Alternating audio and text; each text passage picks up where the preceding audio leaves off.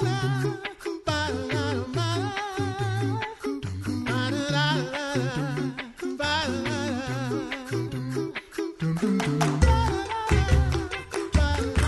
listening to The Coffee Hour. I'm Andy Bates. Thanks to Concordia University, Wisconsin for supporting The Coffee Hour. Find out more about Concordia University, Wisconsin at cuw.edu. We have some history and history in the making today to share with you. Joining me today, Pastor Tim Mueller of St. John Lutheran Church in New Minden, Illinois. Pastor Mueller, welcome back to The Coffee Hour. Well, thank you, Andy. So good to be here. You've been so supportive of us here at St. John's over these years. And speaking of years, St. John's has been around for quite some time. Just recently, we celebrated the 175th anniversary of the Lutheran Church Missouri Synod. What part does St. John's have in that history of 175 years? Well, we happened to be in the right place at the right time, you might say. Here at New Minden, people had settled already in the late 1830s, 1840, but they couldn't get a pastor. And they had brought some sermons with them from Germany, and they met in people's homes and read the sermons and sang a few hymns and so forth. And every once in a while, a pastor would come through, but nobody they could depend on until they met up with the people in St. Louis who said, hey, you should talk to our pastor, C.F.W. Walther. Maybe he can get you a real Lutheran pastor. And sure enough, they met with Pastor Walther, and he corresponded with Wilhelm Leah in Bavaria, who sent over a young man, 23 years old. He had 11 months of training. He had been a dye maker and wanted to be a missionary to India, but India, things weren't suitable to send somebody at that time. So they said, well, let's send you to the United States instead. And he came here, and a congregation was formed in the fall of 1846. And so this candidate had been at some of the meetings to get ready for organizing the synod. And so naturally, the congregation joined when it was formed in April of 1847. So this congregation has been around for quite some time. That's quite a history. What did things look like? And obviously neither you nor I were around at that time, but what did things look like for this congregation and their church building in the 1840s? Well, as soon as they organized the congregation in November of 1846 and the weeks that followed, they began to make plans to build a church. And in January of 1847, they cut down some big oak logs not too far from here. And there was a farmer who had donated 55 acres. He had bought the farm for his son, but his son had died unexpectedly. I think he was 18 or 19 years old. And so the father gave this land to the church, and they picked a site on the 55 acres. And like I say, cut down these oak trees, and then they milled the logs into timbers with a pit saw. There's a pit with two men in the pit, and there's a platform with two men on the platform, and the log is at ground level. And they moved the saw back and forth, and they ran all these logs through this pit saw and made them into squared off timbers, and built a timber framed church in the days after Easter in 1847. So April, May, June. And the pastor picked up his bride the first week in July from St. Louis. They got married by Pastor Walther in St. Louis, came out here, and the house was ready to move into. So it was one building, but 33 feet by 20 feet, and 12 feet on the end was set aside as a partition for the pastor and his wife. So a 12 by 20 space. They lived there 6 years. Eventually had 2 children, 2 sons during that time. And on the other side of the wall, at the 20 by 20 room, that was both the church and the school. And this is the building that we're hoping to set back up this weekend, actually, which maybe I'm getting ahead of myself here, but the building was a church and the school and the parsonage at first. And after a few years, the congregation was growing, the pastor's family was growing. They put the pastor and his family in a separate house just in time for them to have their third child. And they took down that partition wall and that building became the church then.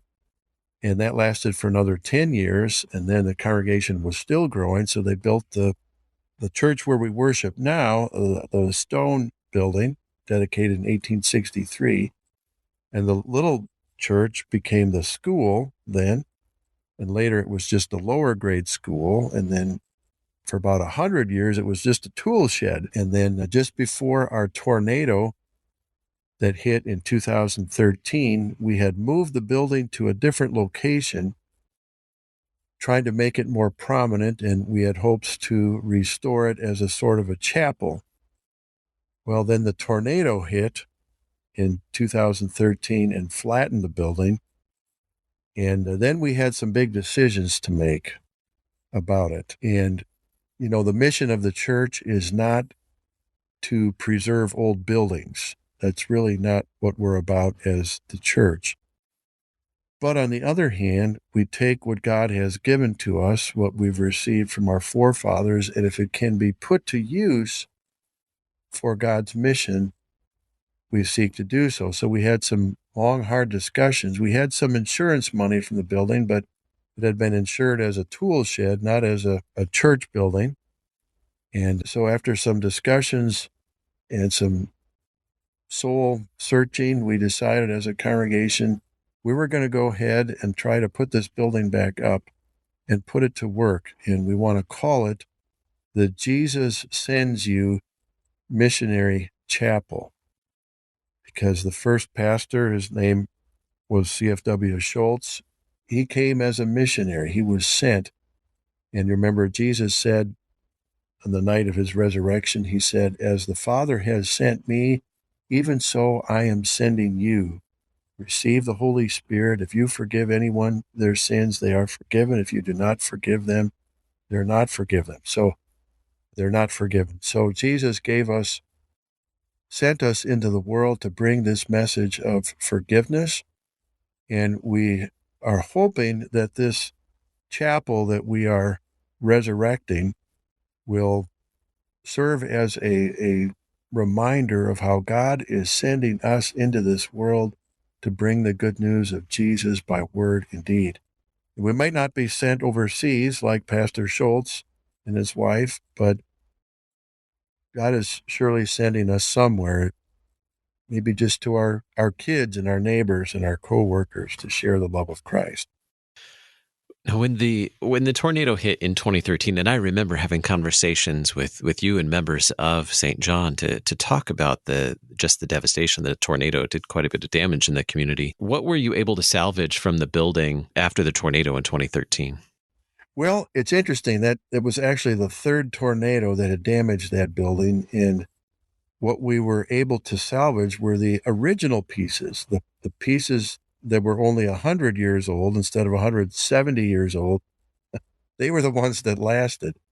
Those timbers made in that pit saw were incredibly resilient. They're built to last, about 5 by 7 and 10 feet long, and solid oak. A few of them broke, very few, but most of them were intact and just had come apart.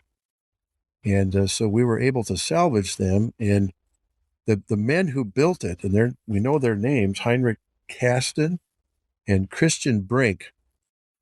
Every time two pieces were joined together with a mortise and tenon, they marked them with a Roman numeral. And so all these pieces were created, and then when the time was right, they laid them all out, assembled the building, and brought a bunch of people together and set it up. And those original pieces in the walls are what we salvaged. The attic, that was only 100 years old. That was not original. That was destroyed. The floor had rotted out probably about 100 years ago and been replaced, and we've replaced that again now. But the parts that were original in these timbers were saved. So when it's set back up, I think there are 41 posts, and all but 4 are original. Now, we had to do some repurposing, moving some around and taking some from the ceiling. and repurposing them. But when people enter, they will see a lot of the original timbers right there. So it's a kind of a new building built with historic components, but we're joyful that we're finally to this point. Share with us about the upcoming event to raise this structure from 1847 again. Right. So this Saturday, weather permitting and Lord willing, we're going to raise these walls back up again. They've already been pegged together with wooden pegs, and they're laid out. And we had hoped to originally to have the old-fashioned church raising like they would raise the old barns, get a whole bunch of people and put them up that way. But with insurance and liability and so forth, we've got a crane coming in, but it's a volunteer crane. So it's still all donated labor and equipment. And we hope to set it up on Saturday and get the walls pegged together and the building boxed in with sheathing so that it will very quickly be weatherproof and will not sit out in the elements half built for a while, but very quickly then we can go to work on the interior. Anything else to mark the occasion as the building is raised again? Well, just some good fellowship, I think. We've been blessed with a volunteer carpenter named Tom Polchinski, and he's recruited 9 other professional carpenters to come and volunteer their time. So these people know what they're doing. Donovan Holly from our neighboring congregation at Hoyleton will be there. And I mentioned their names because they've really done a lot to get us over the hump with this. We discovered we just couldn't do it by ourselves in our congregation. Tom is from Trinity, Nashville, down the road here. And they're bringing people together. And so this is a project that is bringing people together, and we hope the focus will be on Jesus and his coming for us and how he is sending us to share God's love with the world. Pastor Mueller, how can our listeners find St. John in New Minden if they want to join you for the special event this weekend? Well, we're 50 miles from the St. Louis Arch at the intersection of Illinois 127 and 177, the little village of New Minden, just a little bit off of I-64. Very good. My guest today, Pastor Tim Mueller of St. John Lutheran Church in New Minden. Thanks be to God for all the mercies he's granted to this congregation throughout their long history. Pastor Mueller, thanks so much for being my guest on the Coffee Hour today. God's blessings on the events this weekend. Oh, thank you. Thank you, Andy. Thank you for all your support over all this time, especially since that tornado. You're listening to the Coffee Hour. I'm Andy Bates.